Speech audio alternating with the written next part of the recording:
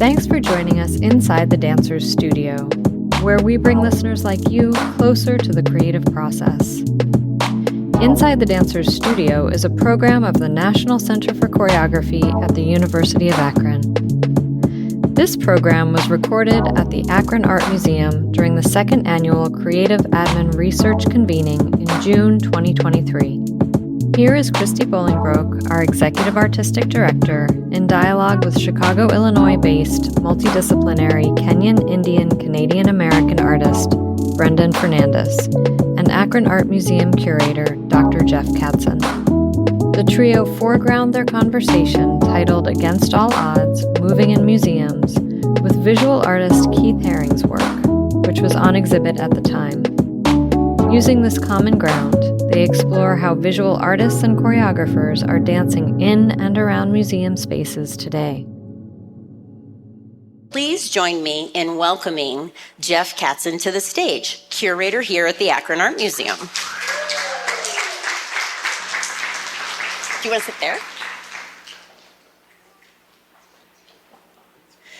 And everyone else's line would be, "You're on mute," if this was a Zoom meeting. I'd like to think that I said "you're on mute" more often than I heard it said to me. So that's a good batting average. It's true. So, Jeff, to start us off, how did Against All Odds and this particular exhibition around Keith Haring's work come to fruition? Sure. In an unusual fashion for a museum. First of all, the Akron Art Museum was founded as the Akron Art Institute just over 100 years ago, back in 1922. Back then we had more of a teaching focus, and we shifted over time toward museum exhibition display. Since that's just about 100 years ago, we were celebrating our centennial, and actually still are, have been doing it over 2022 and 23.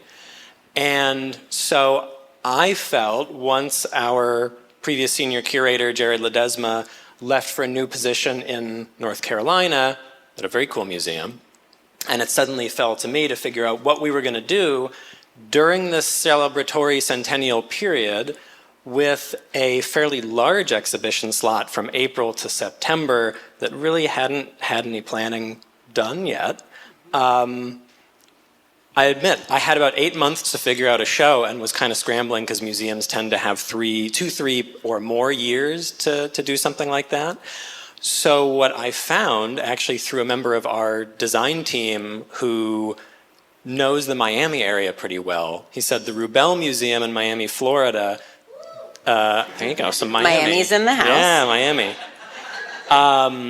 That they are an interestingly organized private museum. They have some segments of their collection that they send out to travel and can do it a little more quickly than a regular nonprofit museum that normally would take, again, that sort of multi-year time span. So get in touch with them. And I looked at their list of exhibitions, and there were a number of very interesting things. But as I went down and down and down into what they traveled in the 2000 aughts, saw that they had a Keith Haring show.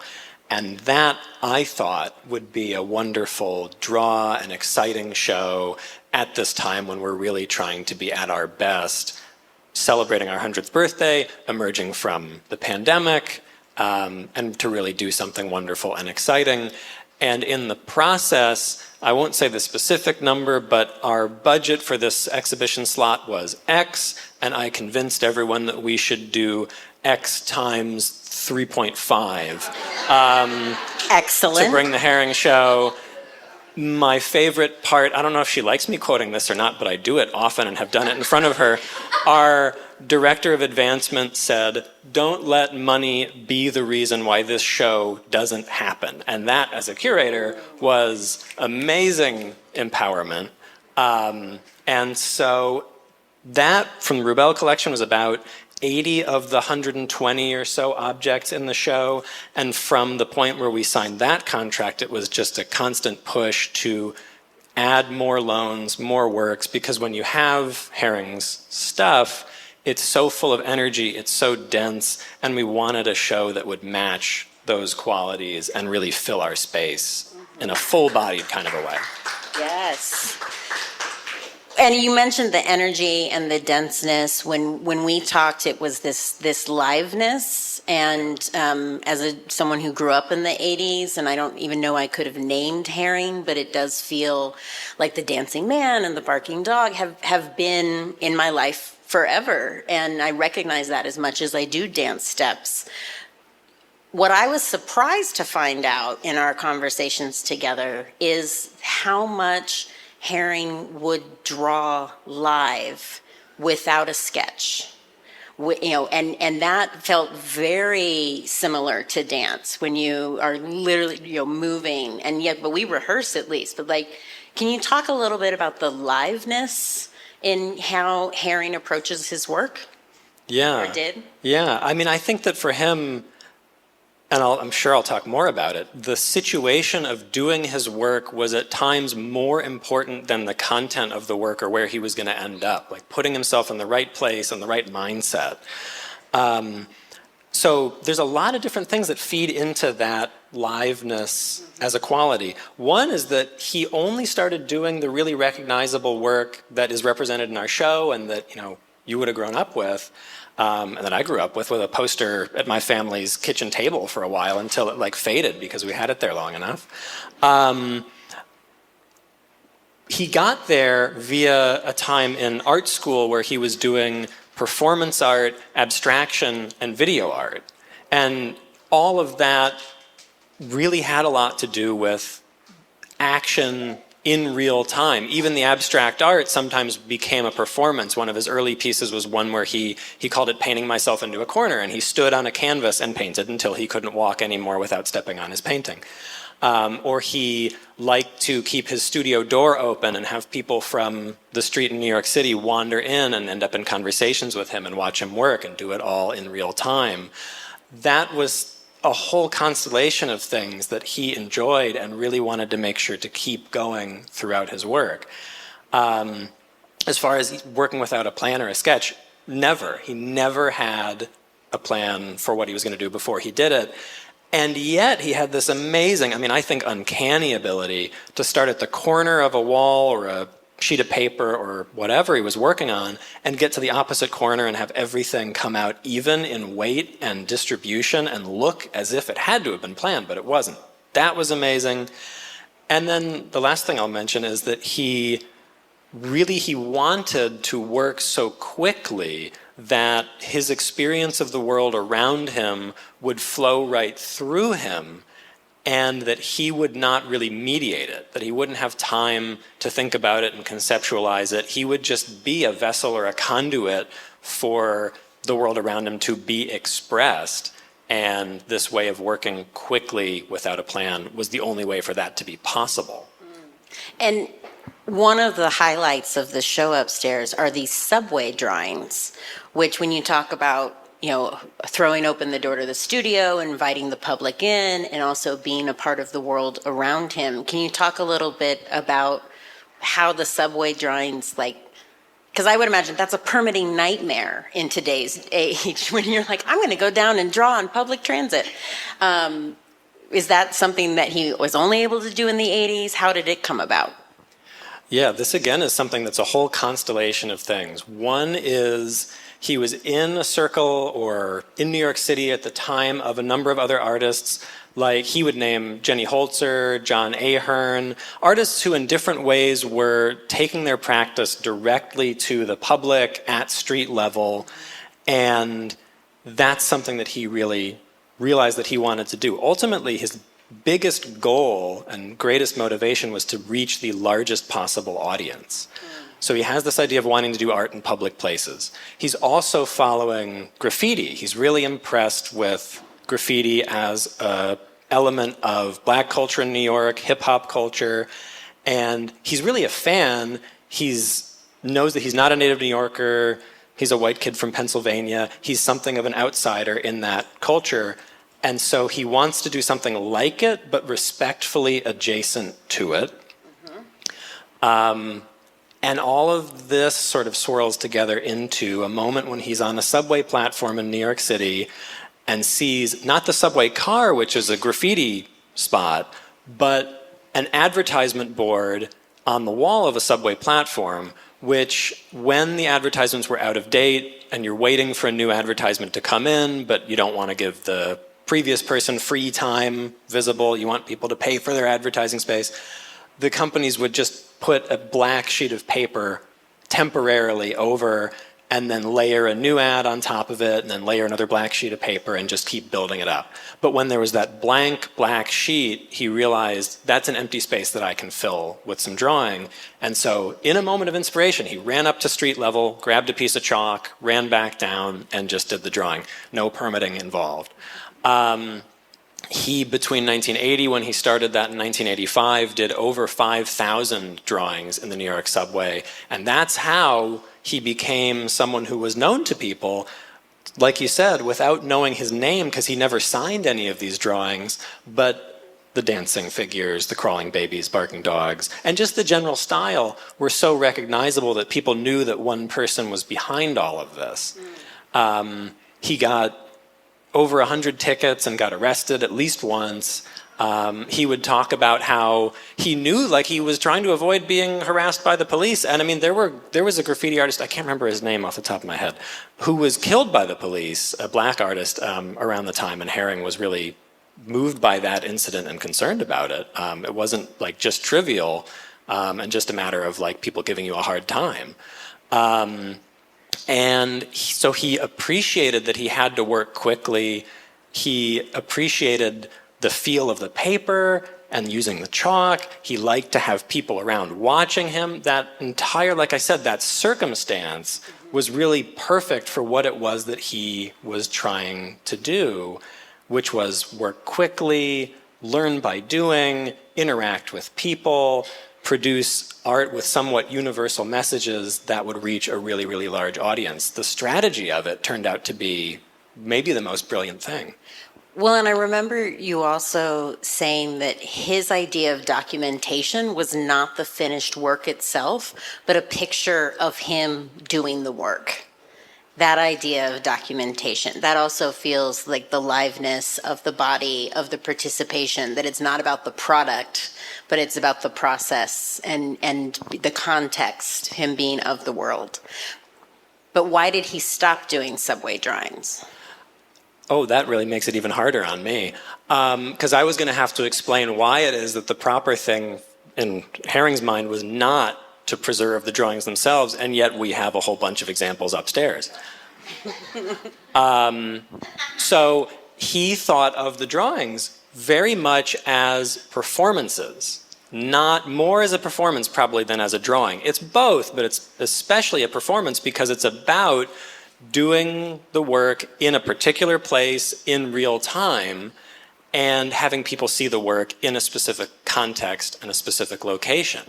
It's not that it was wrong of someone to come upon the work after he had made it, but he also knew that it was going to get plastered over with a new poster within hours or days. So it was never meant to be preserved.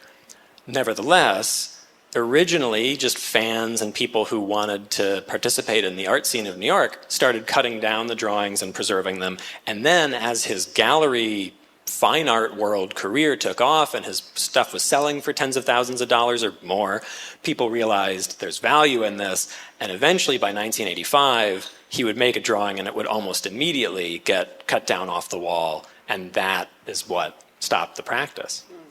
But he did still want to be brought straight to the people, so he did pop-up shops, right? And you've recreated what a pop-up shop could be upstairs as well. Or the Pop Shop was the name, Okay. yeah.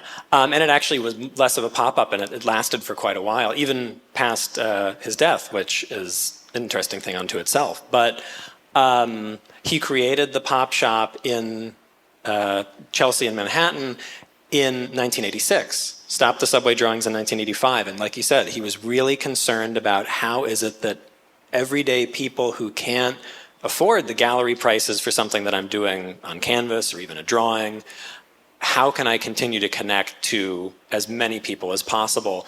And merchandising was really, for him, a way to do that. And where many artists would see that as some kind of a compromise, because I think his work was so rooted in reaching large audiences, for him it was very natural. Even to the point where he, in all likelihood, was more comfortable selling someone a T-shirt or a button or a poster for two figures, probably. I mean, I think some of the posters were really cheap. It was like under $10 for a poster, something like that. It might have been even less. Don't tell the gift shop. I mean, these are 1980s prices, I guess. I think it was like a couple dollars. I think it was really low. I found a price just recently, and I can't remember it specifically, but I was surprised, even accounting for inflation. But he was more comfortable with that than selling something to someone who had the budget to buy a painting for $30,000 in the 1980s. And so it was a shop with all of these really pretty simple items. And as we've sort of recreated upstairs, the space was a work of art unto itself, where he painted it floor, wall, ceiling. He pinned all of the different products to the walls, and then you'd go to a window to ask for it. So that became a visual display, and he did the whole thing really masterfully. And in our car work, we're always looking for what's passive income? What are alternative revenue streams, so we don't default to just ticket sales and grants and classes?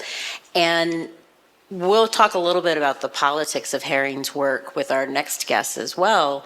But from a business standpoint, can you talk about the sort of foresight and vision for him to develop an eponymous foundation that still handles licensing today? Yeah. So Haring was working at the height of the AIDS epidemic. He essentially knew, well, he always figured that he was going to die young in some fashion or other. Eventually he realized it was likely to be from that disease. And that was not what he had bargained for. But he was diagnosed with HIV in, I think, 1987, and AIDS in 1988, and he died in early 1990 at the age of 31. And so he made the incredible impact that he did in really just a 10-year span of the height of his career, which is amazing. And knowing that his life was going to be cut short did give him an opportunity to plan. And so in the late 1980s, he created the Keith Haring Foundation. And artists typically create a foundation with the money that they've earned over the course of their career, if they are lucky enough to, bring in enough, with the artwork that they have not yet sold, if they're lucky enough for that to be worth a sufficient amount. And those are the things that sort of sustain a foundation. But with Haring, the additional element of merchandising and licensing is possibly the most valuable thing that he bestowed upon the foundation. So the pop shop stayed in operation after his death and all the way till 2005. And then now I think really over the last 10 or so years, there's been a resurgence of brands collaborating with the foundation to create Keith Haring merchandise. And the reason why I find it so fun I've got my pin and my shirt and my shoes here, so I'm geared up with Keith Haring, is not just because it fits his art so well, but because the foundation exists to take a portion of those sales and put it toward the charitable enterprises that really mattered to Haring, which are education, prevention, and research related to AIDS, and charities that support children.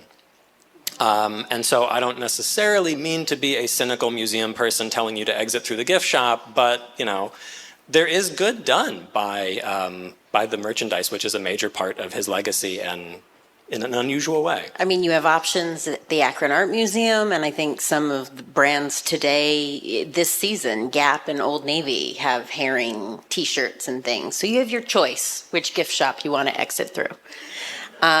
We're going to talk some more, but to introduce our next artist, I actually will invite Aaron and the Akron Art Museum team to bring down the film screen, and we have a brief video before we all come back. NCC Akron and Akron Art Museum friends, please join me in welcoming Brendan Fernandes to the stage. Thank you. Really appreciate everyone being here, and I'm super excited to jump into this conversation. You guys started such a robust dialogue, so I'm going to help hopefully contribute. I just have to say, I haven't seen that before, and I don't like seeing myself on camera, so I'm feeling a little anxious right now, but it's fine. Well, maybe we start there with how you would define documentation of your work. There's such aliveness because you are bringing bodies and performance. You said it yourself, you don't perform on stages. But does your work exist in museum spaces without the dancer bodies? Interesting. Okay. No, I think the work has to have some sense of activation, engagement with a living body. It doesn't have to be a dancer per se. It could be the audience. And as much as I make, sculptural installations, you might have seen some of them in that video. It's asking for bodies to be present in it. So whether it's something that I've choreographed with trained dancers, or if it's something for my audience, I'm kind of creating like dance scores with my sculptural intervention. So I always say when I make my installations that I'm making playgrounds, that they're spaces that you can explore as dancers, but also as an audience, you're also asked to participate and kind of follow a specific kind of trajectory or artery within the space. But the body has to be there. The body is always going to be a major part of, what activates the work. Yeah, whether they're dancers or I loved in our prep talk when you said like sometimes the audience are the dancers and performers, how they interact with the space as well. I'm doing a show that's opening in Philadelphia at the Mellon Foundation, and one of the curators was like, because we have set performances happening in the space. And I was saying, that part of my work for that exhibition is the museum design. Like I've designed the space with the museum design team. And then there'll be a performance that the dancers will explore within that space. But one of the curators was like, well, when the dance ends, what happens to the space? And I'm like, well, the dance doesn't end. The dance will continue with the way that an audience member will move in the space. Like I'm making pathways. And for me, that's something that I've been thinking a lot about as ways of dismantling like systems and institutions. Like I'm metaphorically thinking that to make new doorways, windows, and pathways is a way to dismantle the institution, but to create new ways of moving in a space. And so I try to create trajectories, to kind of ask you to move in this way. And even that for me is like political language, to move forward, to move in this way, to move in a new way. So that's kind of part of the kind of audience participation as well. Thinking about Keith Haring as a political statement with his work, and then how do you relate also to politics more in your own work today? Well, through lived experiences, through, I look a lot at the colonial body, looking at my history with ballet as a ballet dancer. My parents, I'm an immigrant from Kenya. My parents brought me to Canada when I was 9 years old, and that's when I found dance, but I found ballet as a community, which was interesting for me. That then became a moment of, kind of like stoppage when the ballet world didn't like my body and specifically my feet. They didn't like my feet. And so I kind of look at the ways of dismantling those structures, those power dynamics. Right now I think, pandemic-wise, thinking about how do I move together? How do we move? How do we make community? How do we do this? In my work, when I say my dance work is protest, it's about a protest of bringing collectivity, bringing people together to form a solidarity. So a lot of my work sometimes becomes a dance party where we end up all just communicating and dancing with each other through that kind of bodily language. And, for me, a celebration in my family is when we're together, when we are celebrating, we dance. And so for me, that kind of joyous space is also a way of being a political protest. Another way that I think about it is just through the residue of hardship and the labor that comes from things like Black Lives Matter, like during the pandemic, like putting on a mask and being scared that I might contract a virus and get sick, but I'm going to go out there and be seen and be heard. So a lot of my work comes from that, and I think that's something that Keith Haring was also trying to do in his work.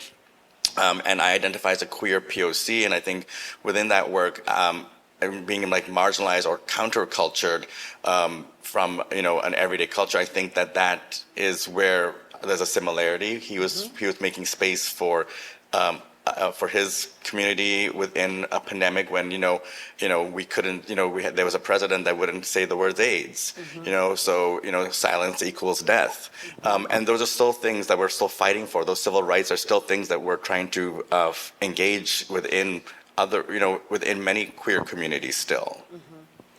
And it's not enough. I think sometimes people will say to artists like, "Oh, you should do it because you're passionate. You should do it," and it's like, "Oh no, I also like to pay the bills," and so I also am curious for everyone to hear more about. So, what is the company, the ecosystem? Because you were trained in a very 20th century single choreographer company is a lot of your lived experience as well.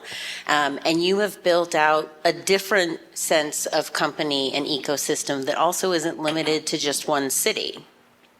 Yeah, and I think that for me, it's that kind of like, again, community spirit of like working with, people always say to me like, how do you find your dancers? And I'm like, well, so-and-so danced in this company or did this piece, and then so-and-so told me to move with this. Like, even like today I was talking to my friend Allison, who used to dance with Ballet Next and Joffrey, and I was like, I'm doing this thing in Philadelphia, who do you suggest? So I feel like as dance makers and dance people and we kind of just have that kind of ethos of having community engagement. Like, we are a core. We are a body that kind of moves together, and so we also support that. And I think that's something that's really important to me. So obviously, I have dancers that I keep working with because the method to my madness is sometimes, it's complicated, and so they get my madness and they agree to participate again. So I work with certain dancers that know what I ask them to do, but I definitely have like a group in Chicago, New York, and Toronto, and LA.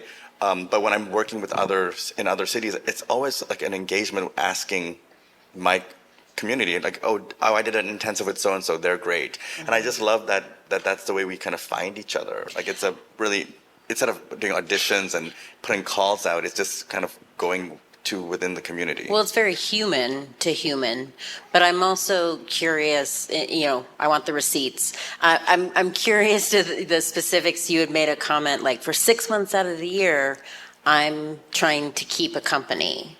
What does that mean when so much of today's dance landscape is working on a project-to-project basis? I think it's like the sustainability is something that I try to, I think working with museums is different too. There's a different way of like gaining funding or how we pay our dancers. I always try to pay way above what we can, always applying for grants and so things like that. But I think that when there is, finances from like specific kinds of donors or, sales as well, because when I make things, it also becomes commodifiable. The sculptures or the films that I make. And so there's those things that I make, which are definitely part of the practice and are conceptual, but also then help support the practice as well when it comes to the liveness of it. So I always say my work is intersectional, that it's between visual arts and dance, and sometimes that hybridity is confusing for people and I kind of like to play with that, and sometimes it doesn't work in my favor because sometimes I'll apply for a grant and they'll say, well, you're not a dance artist, you're a visual artist, and I hate those binaries. I think that's something as well that I'm trying to dismantle, but the work is that it kind of flips. It's in between, and I'm in between. In the sense of, so my work is also in between. If you want to hand that to Jeff, a couple of months ago, the Akron Art Museum brought in a consultant, Andras, who talked about.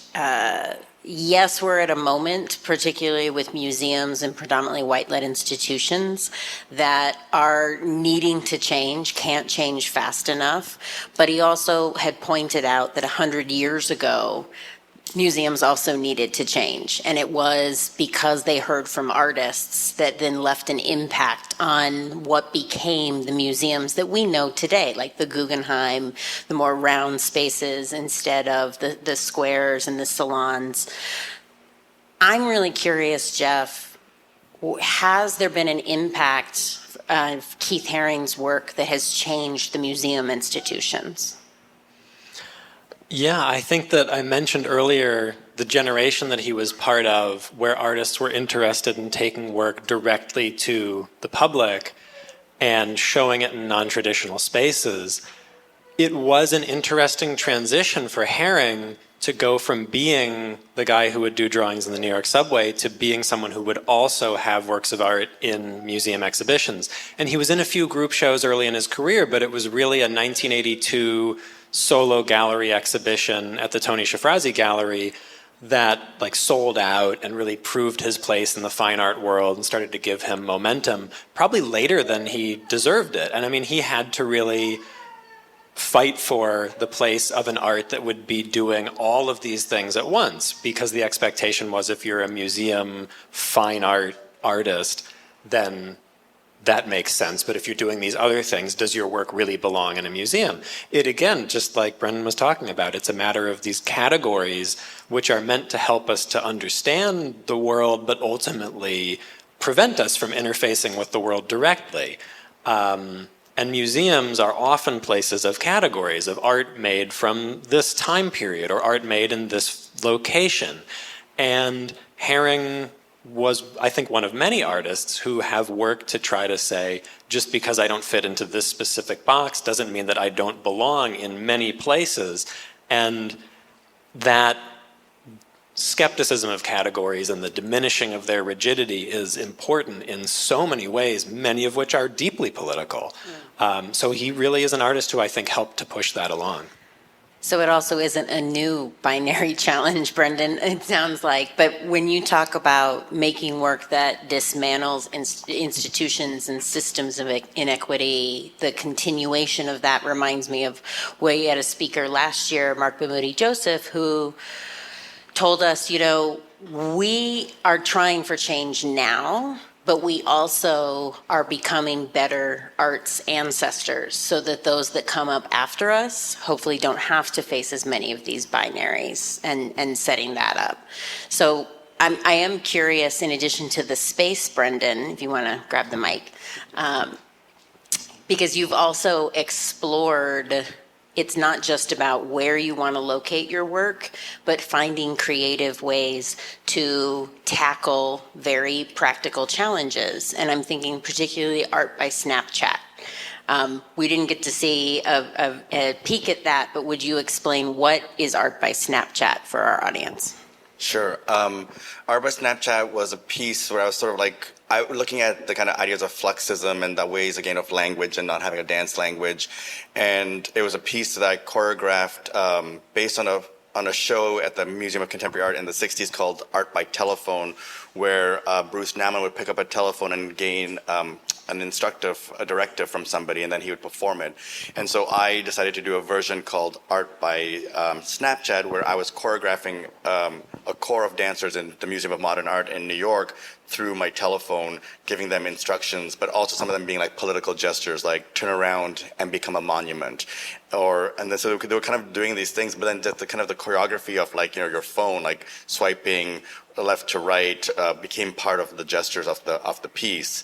But also the idea that, you know, they were being like kind of very affected movements at certain times, and then their phone would buzz because I would be sending them another prompt, and then they would stop, kind of look at their phone, and that became part of the choreography. So I guess for me, that's about just like reinventing, you know, using technologies to find ways to kind of. But you also, like, you weren't even in the same city. Oh yeah, I forgot to tell you that part. Yeah. Yes, I was in Vancouver. So I was in Vancouver sending them the messages on Snapchat.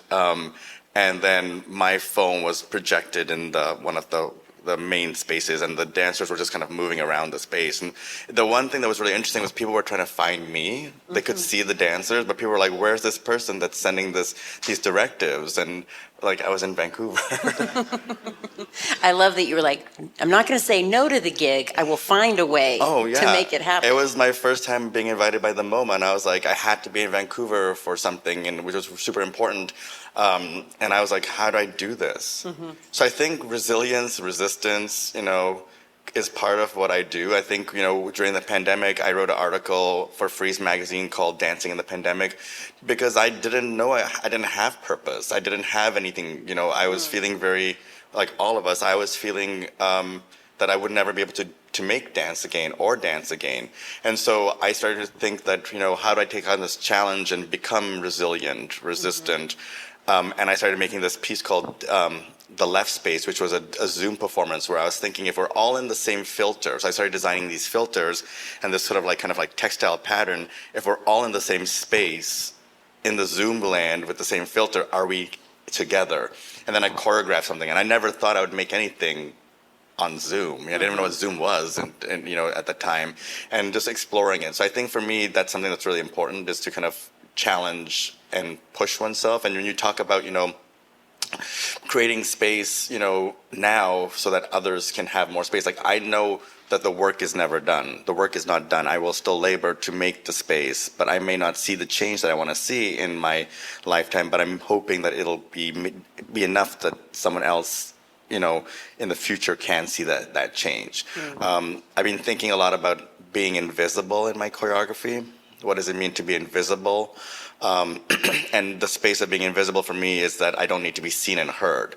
So maybe getting into that utopic moment where I can't even imagine what that would be, but I've gained my civil rights and my community has gained their civil rights. I don't have to protest to say I'm here or listen to me.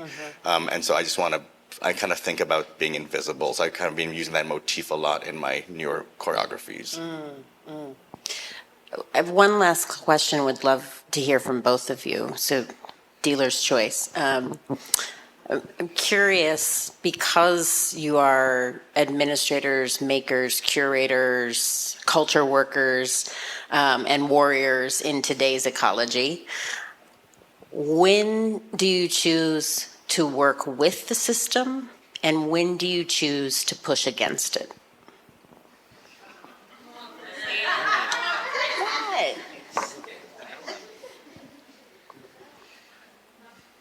I think that my way of answering that is kind of my way of describing my motivations as a curator, period, which are about my audience, which starts with the Akron community and radiates from there.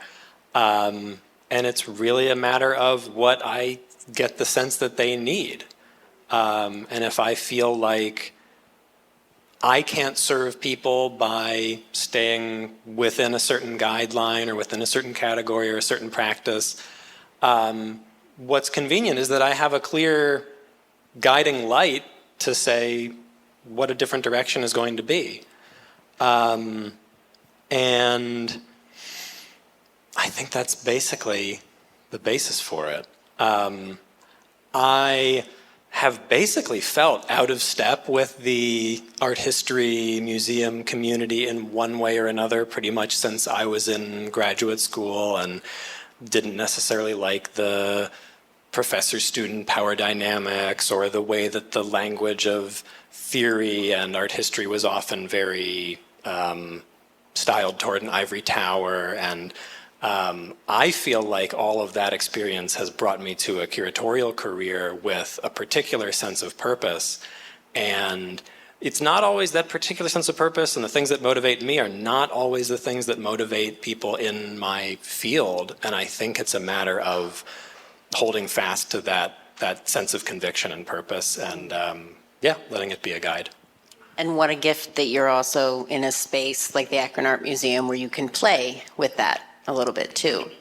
Yeah, I mean, I appreciate the moments where, as a curator, there's confidence placed in me as not just a logistical organizer of exhibitions, but as a creative person and as a storyteller, and as someone who's going to put information forward in a way that is understandable and relatable and even helpful for people, and to focus on what I'm afforded in that position and to see it as a responsibility to take advantage of it. Brendan, I'll remind you of the question. When do you work with a system, and when do you choose to push against it?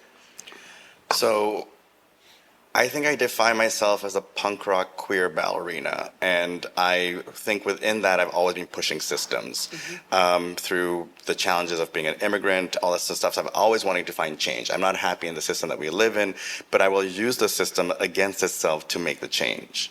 So when I work in museums, I'm going to be heard and seen. I'm going to make those doorways and windows and pathways that define my way of moving. And so for me, it's very much about that. Like, I will take the system, like I will give, for example, my show at the Guggenheim, I made the Guggenheim into a BDSM sex club. And that was, a challenge for the system there. But like, that was a minor threat, but I will use the system in different ways to use it against itself. Mm-hmm. And then from that, to build and to create newness. And so for me, it's always a pushback, it's always me pushing the system, but finding change within that system that will allow me to feel empowered. Yes. Excellent. Please give our speakers a round of applause.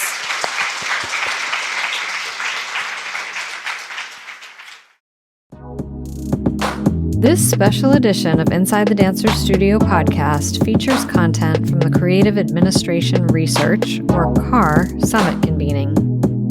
CAR is made possible through a multi-year grant from the Mellon Foundation. Our podcast program is produced by Jennifer Edwards. James Sleeman is our editor. Theme music by Flaco Torres. Cover art by Micah Kraus. Transcription by Arushi Singh. Special thanks to the team on the ground in Akron, Ohio. To learn more about NCC Akron, please visit us online at nccakron.org and follow us on Instagram or Facebook at NCC Akron. We hope you enjoyed this episode, and we encourage you to subscribe on your favorite podcast streaming platform by searching for Inside the Dancers Studio. Thanks for listening, and stay curious.